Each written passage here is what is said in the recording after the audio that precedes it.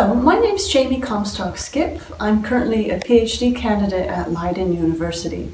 The subject of my dissertation is on the manuscript arts of the Abulghadid Sheibanid dynasty in the 16th century, specifically manuscript exchanges between the Ottomans and Uzbeks.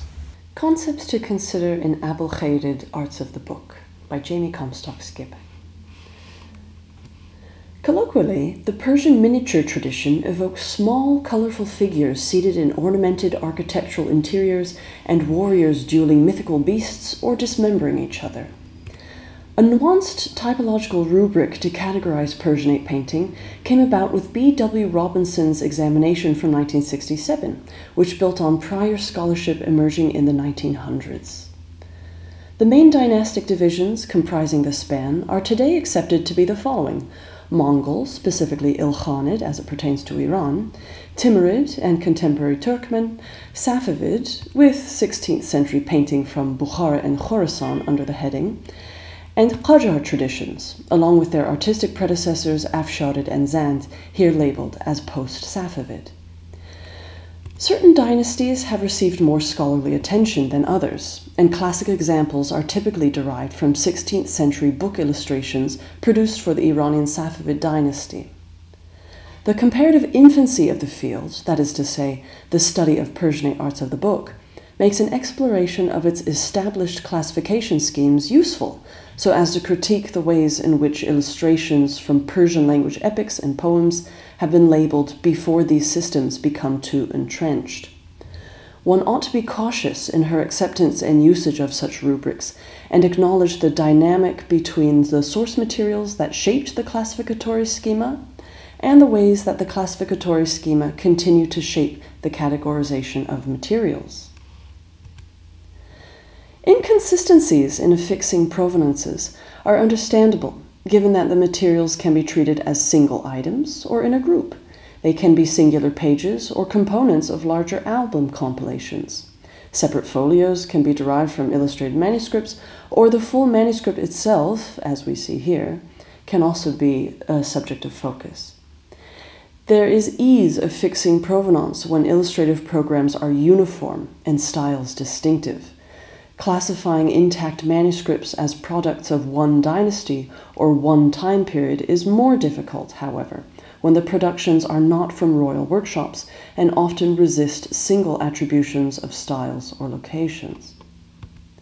Loose pages are also challenges to the scholar, and ripped-out pages, emphasizing the miniatures or small paintings on them, have partly helped to produce the clear-cut dynastic divisions used to classify other whole or incomplete objects.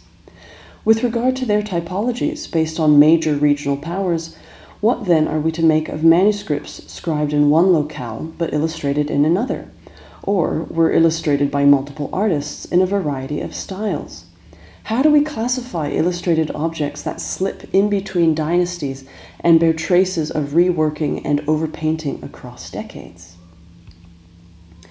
I will explore these questions through some challenging individual manuscripts considered to be specimens of Abulghadid arts of the book. The Abulghadid, with their first official political leader, Muhammad Sheibani Khan, pictured here, occupy a curious position in scholarship. At times they are considered too Persian to be grouped with other art forms from Turkic-speaking regions, and yet also too Turkish to be categorized alongside other Persianate styles.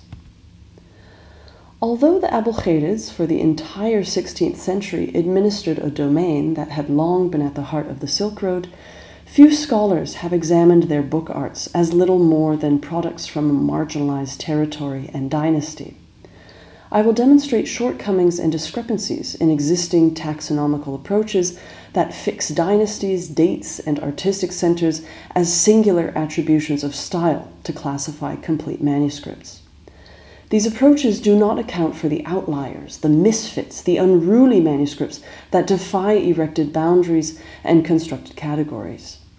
The evidence I draw on selects a few manuscripts that have been categorized in museums and libraries or by scholars as Sheibanid, or from Bukhara, 16th century. Some were fully assembled in centers now in Uzbekistan and Afghanistan, when the region was ruled by the Abulkhated branch of Sheibanids. Others were originally scribed during the Timurid era, but later had illustrations filled in when they were finished in Abulkhated ateliers, whereas some were written out by scribes in Abulkhated Bukhara, but ventured out of the realm and were illustrated in Ottoman workshops, or were modified by artists working in India for the Baburid courts. Let's explore these three concepts separately. First, we will look at manuscripts fully assembled in centers now in Uzbekistan and Afghanistan when the region was ruled by the Abulkhated branch of Sheibanids. Upon taking control of Samarkand from the Timurids in 1500, Sheibani Khan commissioned several chronicles to extol his conquests. The first manuscript to be officially commissioned is the Persian language Fathnameh Khani, which is located today in Tashkent. In it, late Timurid artists must have served the new Abulkhadids to create the work attributed to be from Samarkand. Moving chronologically, complete Abulkhadid manuscripts continued to be produced in the Tashkent and Shahrukhiya workshops of Kildi Muhammad, such as this Kulliyat of Navoi from 1521 to 1522. The second phase of complete Abulkhadid manuscripts from 1530 to 1556 are particularly lovely, such as this Bustan of Saadi, which is located today in London from 1530. And in it, the text is scribed by the master Sultan Muhammad Nur, and akin to the artist Behzad.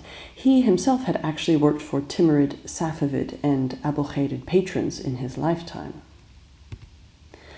We see here a Navoi manuscript, the Sabah Sayora, in Oxford Collections from 1553, which was executed for Yar Muhammad, who was administering Bukhara at the time. The next phase of Abulkhadid manuscript production, from the 1550s to 1575, are quintessential products of the Bukhara school.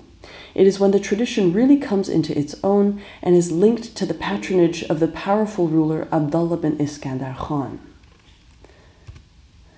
Here we see a Bustan of Saadi from 1561, which was produced for the vizier Amir Tursun. A copy of Yusuf Zulaykha, executed for Abdullah in 1564. And we can point to other singular copies of classical Persian epics, such as this copy of the Shahnameh of Ferdowsi from 1564. We now come to our second section, manuscripts originally scribed during the Timurid era, but with illustrations later completed under the Abulkhadids. The early artists of the Sheibanid Uzbeks in Transoxiana frequently filled in illustration boxes left empty in manuscripts written out during the reign of the Timur dynasty who preceded them in Herat. So in this scenario, the manuscript stayed stationary, but the dynasty and artistic style in the region changed. This is the Navodiri Nehaya of Navoi. It was scribed in 1475 to 1480 by Sultan Ali al-Mashhadi, but the illustrations were filled in decades later and are attributed to artists serving Kildi Muhammad before he led the Tashkent appanage in 1518. Here we see a Tuhfat al-Ahrar of Jami, again scribed by Sultan Ali al-Mashhadi in 1499, but illustrations were filled in 1538 for the Abulkhadid administrator Abdul Aziz. It is imperative to keep in mind that when dates are given in the colophon page to manuscripts, they typically only refer to the textual scribing coming at the end of the Timurid period. And so when you have a date in a manuscript, this refers to the text and you need to treat the illustrations separately. We now come to our third section on manuscripts written out by scribes in Abulkhadid Bukhara, but illustrated in other workshops, such as the Ottoman and Baburid realms. An illustrated history of the Abulkhated ruler Sheibani Khan, which is written in Turkic by the poet Muhammad Saleh, demonstrates this concept. This is the Sheibani Name, which is currently located in the Austrian National Library in Vienna. It was copied in an Abulkhated center and completed in 1510, but its illustrations are linked to courtly Ottoman painting practices in Istanbul from the 1540s. We see how it is akin to the courtly Süleyman-Name manuscript produced in Istanbul in the 1550s.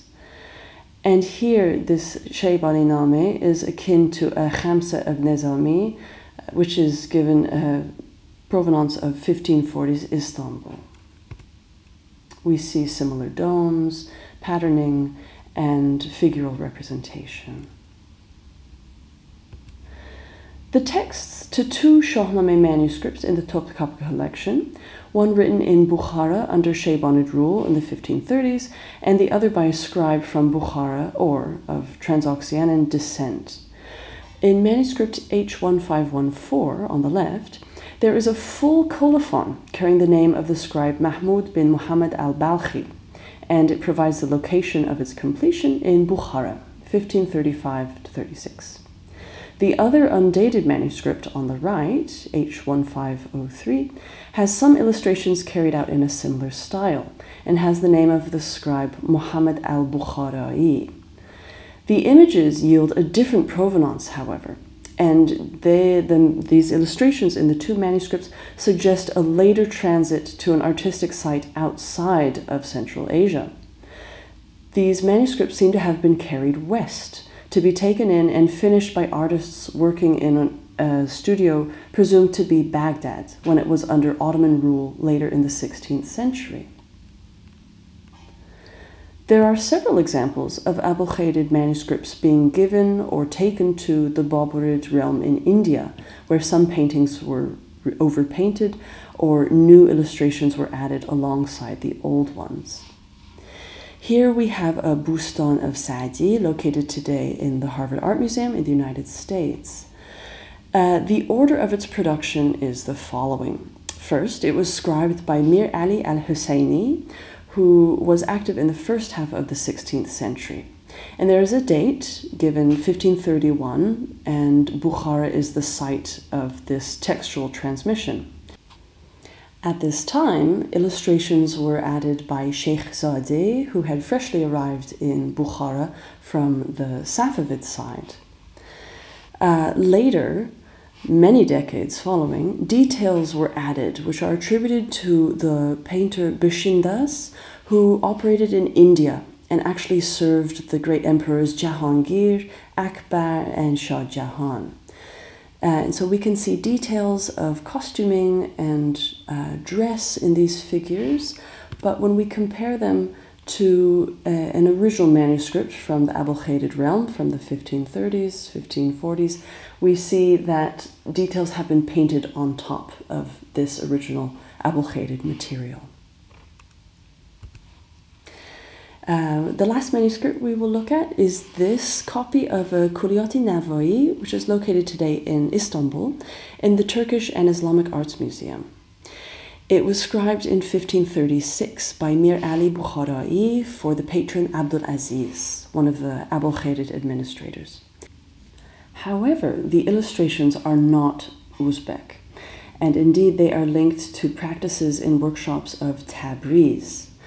And we know of several artists of Tabriz origin working in Ottoman workshops in Istanbul. And so it is my supposition that this manuscript was taken from Central Asia, but then was completed in Istanbul.